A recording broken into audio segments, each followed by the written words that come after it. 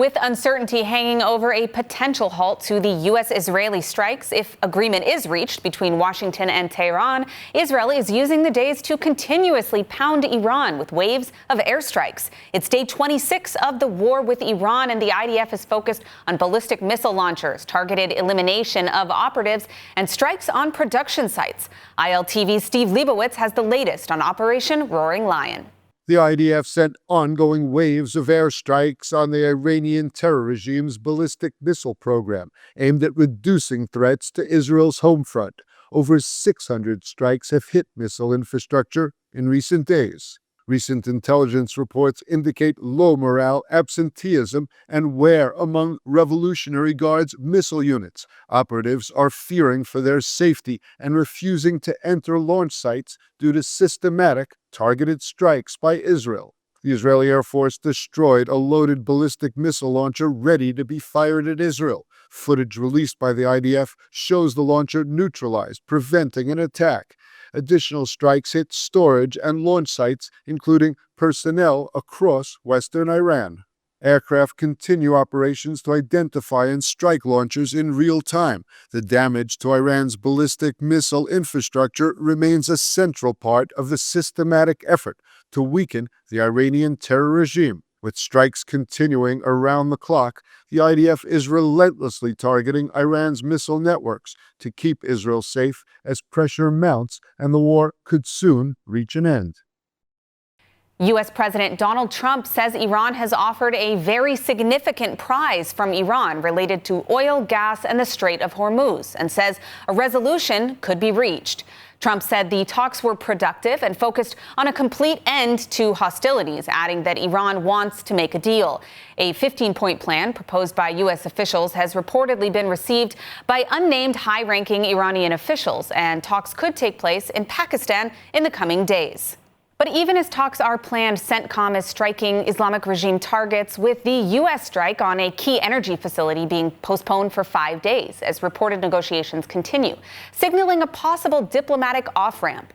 Trump said talks have gone perfectly, but warned that if negotiations fail, military action will continue. But we're dealing with a group of people that I think turn out, and the present, the gift they made to us was very significant, and they said they were going to do it, and it happened. And they're the only ones that could have done it. Jennifer? Was it related to the Strait of Hormuz and the flow of... Yeah, it was related to the flow and to the Strait, yeah, it was. Are you negotiating on who's going to control the Strait from now on? No, we'll have control of anything we want. Look, if we can end this without more lives being down, without knocking out $10 billion electric plants that are brand new and the apple of their eye, I'd like to be able to do that, you know, but they can't have certain things. I mean, you know the things. I don't have to go over the list, but again, it starts with no nuclear weapons, and they've agreed to that. But Iran is denying that any talks are taking place, accusing Trump of using negotiations to escape a difficult situation. An Iranian military spokesperson says the United States is negotiating with itself. اسم شکستتان را توافق نگذارید. دوران وعده هایتان به سر رسیده. امروز در جهان دو جبهه وجود دارد. حق و باطل و هر حق طلب آزاده‌ای تحت تأثیر امواج رسانه‌ای شما اغوا نمی‌شود. Speaking directly to the U.S. president, an Iranian military spokesman said people like us can never get along with people like you. He then mocked the U.S. president in English. Hey, Tehran, you are fired. You are familiar with this sentence. Thank you for your attention to this matter. The central headquarters of Khatam al-Anbiya. U.S. President Trump says Iran wants to make a deal to end the war. His administration has sent Tehran 15 conditions covering nuclear, missile, and regional proxy issues. And Israel warns a premature ceasefire could let Iran gain the upper hand. ILTV's Caleb Ben David has the details. U.S. President Donald Trump says his administration is talking to the right people in Iran, claiming the regime wants to make a deal so badly to end the war. His negotiators, including Jared Kushner, Steve Witkoff, Secretary of State Marco Rubio, and Vice President J.D. Vance, are leading discussions. Israeli officials say Washington sent Tehran 15 conditions to end hostilities, covering both U.S. and Israel war goals. But Jerusalem is skeptical Iran will agree and fears the U.S. may push for a month-long ceasefire first rather than securing terms.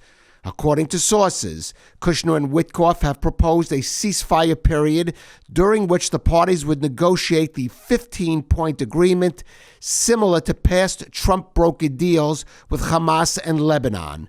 Trump says he reached some 15 points of agreement in indirect talks with Iran, a scenario that has Israel's leaders sleepless, fearing Iran could gain the upper hand before terms are finalized.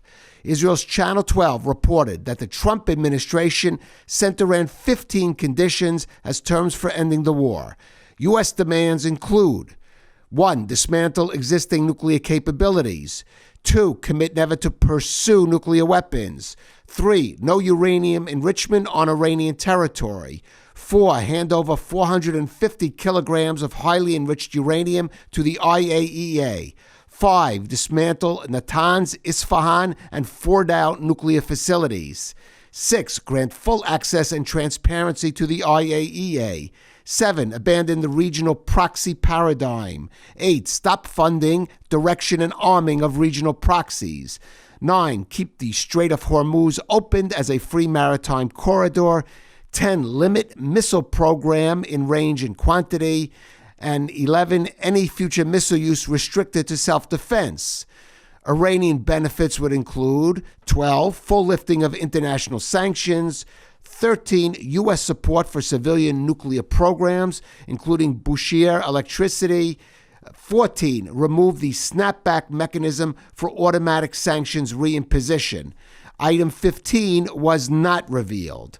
Trump says this framework could end the war, but Israel warns it must be enforced or Iran could emerge with strategic gains. The report lays out Trump's conditions, but says Israel fears he'll push first for a month-long ceasefire. A 27-year-old woman has been killed in a Hezbollah rocket attack on northern Israel as incoming fire from Lebanon and from Iran continues. Nouriel Dubin, a youth counselor who was about to be married, was fatally wounded by shrapnel near Machanaim Junction after a barrage of around 30 rockets targeted the Rosh Pinah area. 2 others were lightly injured. MDA medics say they found her unconscious with severe injuries and were forced to declare her dead at the scene. Separately, an Iranian missile impact in Sfat lightly wounded 2 people from glass shards. In the south, Soroka Hospital says a doctor in his 30s was moderately injured after an intercepted missile fragment fell near his home in a Bedouin village near Netavim. His wife and infant daughter were also lightly hurt. In central Israel, 9 people were injured in Bnei Brak, including a 23-year-old man in moderate condition. Others, including children and an elderly woman, were lightly injured by blasts or shrapnel. Additional impacts were reported in Petach Tikva, Givat Shmuel, and Rosh Ha'ain, causing damage, but no further injuries. Standing by with the latest on incoming rocket fire is ILTV's Devo Klein. Hey, Emily, I'm standing here at Culture Square in the heart of Tel Aviv. There's not a lot of people around right now, and that may be due to the constant sirens that have been plaguing central Israel all morning and of the last few hours. The Islamic regime sending back-to-back barrages to various locations, a lot of them overlapping in the Tel Aviv metropolitan area. So really just sending thousands of Israelis into shelters all morning long. Now, as of the latest barrage, Emily, I can report that there have been quite a few falls, but most of them have been in open areas. Those ballistic missiles that were heading toward civilian and other infrastructure have been successfully intercepted. One case in Hadera, which is in northern Israel, which houses one of Israel's largest energy infrastructures. That was the latest target of the Islamic regime. That was, in fact, not hit, and the ballistic missile fell in open area, so there was no interception. There was a big cloud of smoke, and people were sharing those videos, but no damage and no harm was caused to that energy infrastructure. There have been a few impact sites, but like I said, in open areas, others have been intercepted. Now, what's interesting, Emily, is that these latest barrages from the Islamic regime, they're of course containing these splitting warheads. What that's doing is that's creating more impact sites, and less damages. We're actually seeing less fatalities from the Islamic regime ballistic missiles. Where we are getting fatalities is actually from the rockets coming from Hezbollah in Lebanon. These rockets are significantly less intellectual and sophisticated as what's coming in from the Islamic regime in Iran, but they're actually causing more fatalities. Of the past 5 days, we've actually had 2 fatalities in northern Israel, a gentleman from Iskavam and a 27-year-old woman. May both their memories be a blessing. But as of right now, we can't report on any injuries and no damages, and that's the latest. All right, thank you, Devo. And now joining the broadcast is Benham Ben Teleblu of the Foundation for Defense of Democracies. Benham, it's great to have you with us today on ILTV. To start, I mean, what do you think of President Trump's recent comments? Is it even possible to reach an agreement with this regime still intact, or at least as intact as it is today? Hi, Emily. Always a pleasure to be with you. I think you hit the nail right on the head, because there really is no agreement, you should say, to be had with a regime like the Islamic Republic, particularly after the war. This is a regime that is coarsening, hardening, increasingly paranoid, isolated, and militarized. So it'll be really hard to actually be able to get a good deal that meets U.S. national security interests, particularly along the reported 15 lines that the president had allegedly sent over yesterday. Now, the flip side is that any war, even major wars or total war, do still have to come to conclusions and do still have to be agreed to come to a conclusion. And for that, it always takes 2 to tango. In the case of this conflict, it'll take at least 3 to tango. But it's hard to see an overlap in the Venn diagram between America, Israel, and the Islamic Republic of Iran. So I do think here that we're in store for a bit more of the fighting than the press over the past 48 hours has been making, given the president's interest in talking more about energy markets and talking more about potentially trying to find, or intonating more that there may be a version of Delcy Rodriguez in Tehran. Well, one of President Trump's comments was about how regime change has already taken place, in his words, because the people leading today are different than they were before this war. How do you think, or how are you hearing that Iranians on the ground feel about such comments?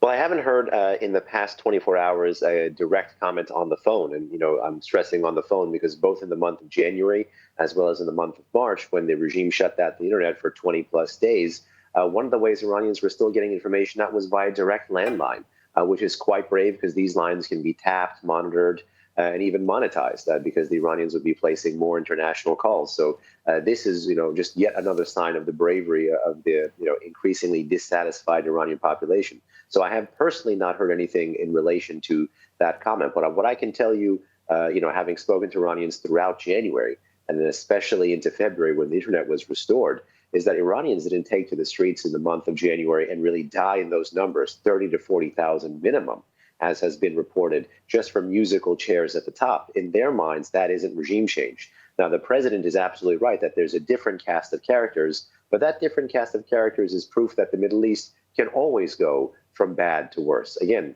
in the Middle East, if this regime survives and there is no meaningful containment and rollback policy by America and Israel after the major military operations conclude, I would say get ready for a Middle Eastern version of North Korea. And that's certainly not what Iranian population came out in droves to protest against.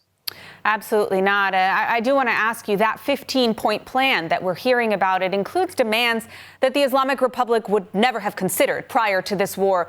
Do you think the situation is different now? Are there some flexibility points on this 15-point proposal that they would be willing to concede on? Well, there's some things that I have questions about in those 15 points. Again, what has been reported by Israeli and Arab press in English has shed more light into those points than that which we've seen by American or other Western outlets. But there's things in there that relate to snapback, which already happened, that don't really make sense to me. Moreover, there's some specific language about about no enrichment on Iranian territory. For me, I'd be better to have it as no enrichment at all for the Islamic Republic of Iran, because then you get back into multinational consortia and things that the Islamic Republic was indirectly talking about with the U.S. In the spring of 2025 before the 12-day war. My fear isn't actually that content, though. My fear is that the regime may simply lie and try to give the president, a 2-year window for the illusion of a political win, and basically run the clock on the West again, especially in a world in which President Trump or Prime Minister Netanyahu may not be at the helm, and they feel that they can kind of avoid international probation. And I do call this a model. This is the Burma model, where the regime brings someone from the political fringes to the center, distracts us, says yes to the things that we care about, and then in practice, in terms of their policy, goes back to business once they believe the threat subsides. So despite my issue with one or two of the points of the language in the 15 points, my real fear here is the Iranian response. And here I want to say for the audience, just hours ago, reportedly per the Iranian Persian language press, the state is saying that they won't make deals with people who have been violating deals in the past. So this might be the hard right in the Islamic Republic trying to say no to the 15 points, which, by the way, if they do, is just proof that even during the war, these guys are still leading with their chin. Yeah, well, that's a bit of pot calling the kettle black to be saying that that the United States is violating agreements, but we do have to end it there. I want to thank you, Behnam, for your insight today. Great to be with you. Thanks, Emily. And moving on, as Israel navigates ongoing tensions with Iran, many families are rethinking what it means to build a secure future here. For some, that includes the dream of owning a home. But in today's climate, the process can certainly feel overwhelming. And that's where Aliyah comes in. With teams across the country, the company provides end-to-end guidance from choosing the right location to coordinating legal and financial steps. Their goal is simple: to bring clarity and confidence to buyers during a complex time. Because today, buying a home in Israel isn't just an investment, it's a step towards stability. To learn more, scan the QR code on your screen. Turning to the Lebanon front, where the IDF is moving to gain effective control of South Lebanon up to the Litani River. Israeli officials are now viewing an expanded IDF buffer as the most effective means to protect the northern border area, while continuing to degrade Hezbollah missile launch capabilities all over Lebanon. ILTV's Devil Klein has the latest. Overnight, the IDF struck key river crossings used by Hezbollah to move weapons and operatives. Under the 36th Division, Golani forces continued targeted ground operations to expand the forward security zone. Troops killed 8 terrorists in close combat, including a Radwan Force sniper, and destroyed an underground shaft used for staging and weapon storage. Dozens of rockets, rifles, machine guns, and grenades were all destroyed. The Air Force struck fuel stations linked to Hezbollah's Al-Amana network, a key source of funding and logistics. In Beirut, strikes hit headquarters, including the Radwan Force, intelligence units, and infrastructure operating from a radio station. מאות אלפי תושבי דרום לבנון שהתפנו צפונה לא יחזרו דרומית לנהר הליטני עד להבטחת הביטחון לתושבי הצפון. כל 5 הקשרים מעל הליטני ששימשו את החיזבאללה למעבר מחבלים ואמצעי לחימה פוצצו, וצה"ל ישלוט בשאר הקשרים ובמרחב הביטחוני עד הליטני. France is publicly urging Israel to refrain from expanding ground operations, warning it could have major humanitarian consequences. French Foreign Minister Jean-Noël Barrot also praised Lebanon for expelling Iran's ambassador, accusing Hezbollah of dragging the country into a new conflict. Defense Minister Katz says Israel will take control of areas in southern Lebanon as part of its security efforts. He added that the Lebanese government had a chance to disarm Hezbollah and failed to do so. As war continues across Israel, thousands of workers will receive only partial paychecks before Passover. 5,000 families are currently on the waiting list for a Passover food basket from Yad Ezra V'Shulamit, Israel's largest distributor of food baskets to the poor in Israel. Joining us now is Yad Ezra V'Shulamit Resource Manager Danny Gewirtz to give us the inside scoop on what's happening today. Danny, thank you for joining us. Right now, we're just a few days before Passover. I want to ask you, what are you witnessing in terms of how this war is impacting Israeli families? Well, first of all, thank you very much for having me. Good to be here. When war surges, it doesn't just hit the front lines, it drains the lifeline of organizations like ours. I think what we're seeing here right now, Emily, is what I call the perfect storm. As you mentioned, it's right before Pesach, so the timing really couldn't be worse. We have a war, there's less funds available. Many organizations are fighting for that piece of pie that's out there to give to organizations like ours. The shekel dollar rate is killing us, as many of our donors have found out. People aren't working also. People, of course, are at home. They're home with their kids. Our fundraisers, who should be out in the States right now, have been basically grounded. The local telemarketers haven't been able to go to work. I should be out there going and talking to major donors. it's heartbreaking, really, what's going on, because we're struggling to even reach the 60,000 food baskets, which every year we're committed to giving. And as you mentioned, we have 5,000 families on a waiting list that don't know if they will even have the assistance that Yad Hazeh Shulamit gives them, and that they depend on every single year. Who's being hit hardest by this war that you've seen so far? Well, it's hardworking families, families with lots of children, the elderly, Holocaust victims, anyone who depends really on Yad Hazeh Shulamit for their basic needs, for that food basket that comes to them. And it's just been very, very tough. It's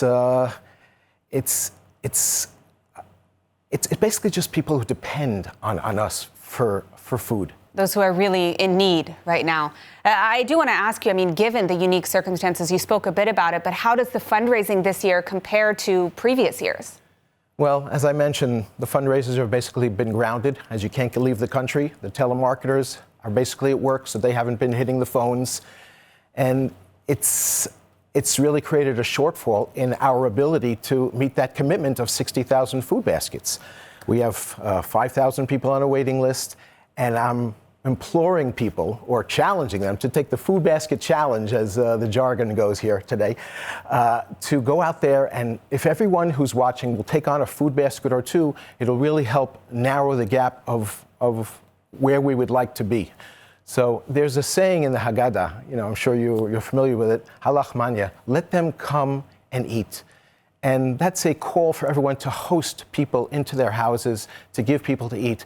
It's hard to do, obviously, but people can really actually do that before and go and donate a food basket and make sure that people who depend on us have what to eat. The holiday is so expensive. I'm sure you realize food prices have been soaring for years. But Passover always sees an increase in those food prices. And people can help if they just want to. They can go out and they can scan the code there, and they can actually give a food basket to a needy family in Israel, a poor, needy family. These are the vulnerable people who are really feeling the effects of the war. But the audience, your audience, can go out there and make a difference. Absolutely. I think the need is perhaps greater than it has been for quite some time. The last 2 years in general has been difficult, but definitely right now a challenging time. Thank you so much for all the work that you're doing and for joining us today, Danny. Thank you very much.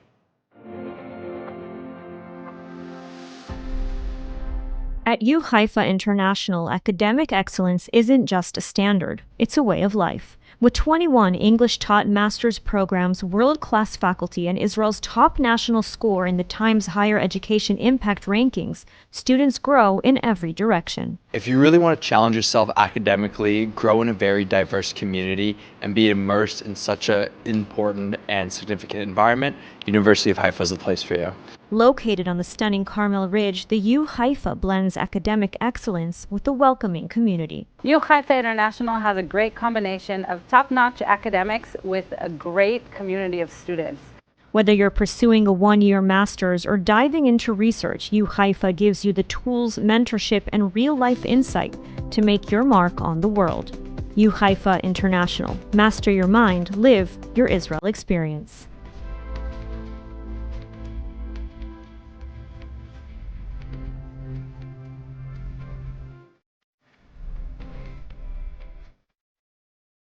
Well, now let's take a look at the weather forecast. Cloudy skies and partly rainy showers are expected around most of the country tonight, with temperatures reaching lows of 9 degrees Celsius or 49 degrees Fahrenheit. Then tomorrow we'll see cloudy skies and rainy showers alongside steady temperatures with highs of 14 degrees Celsius or 57 degrees Fahrenheit. And that's a wrap for today's news. For the latest updates from Israel on all your devices, be sure to follow our ILTV channels and keep up with us on social media. That's ILTV_Israel on all platforms. You can also catch us on Screen IL with 24/7 live coverage. Stay informed with the latest news straight from the heart of Israel. I'm Emily Schrader. Be well, and thank you for watching.